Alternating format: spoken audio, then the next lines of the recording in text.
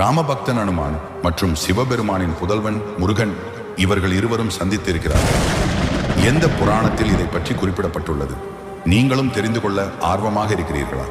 நமது சேனலில் முருகனை பற்றிய காணொளிகள் தினமும் வெளியிடப்படுகிறது. மறக்காமல் சப்ஸ்கிரைப் செய்து கொள்ளுங்கள். பொதுவாக மகாபாரதம், ராமாயணம் போன்ற பெரிய புராணங்களில் முருகனும் அனுமானும் நேருக்கு நேர் சந்தித்ததாக பெரிய அளவில் குறிப்புகள் இல்லை. ஏனென்றால் அவர்களின் காலகட்டங்கள் சற்று வேறுபட்டவை. ஆனால் சில குறிப்பிட்ட ஆன்மீக மரபுகளிலும் சித்தர் பாடல்களிலும் பிராந்திய நம்பிக்கைகளிலும் இந்த அபூர்வ சந்திப்பு பற்றி பேசப்படுகிறது.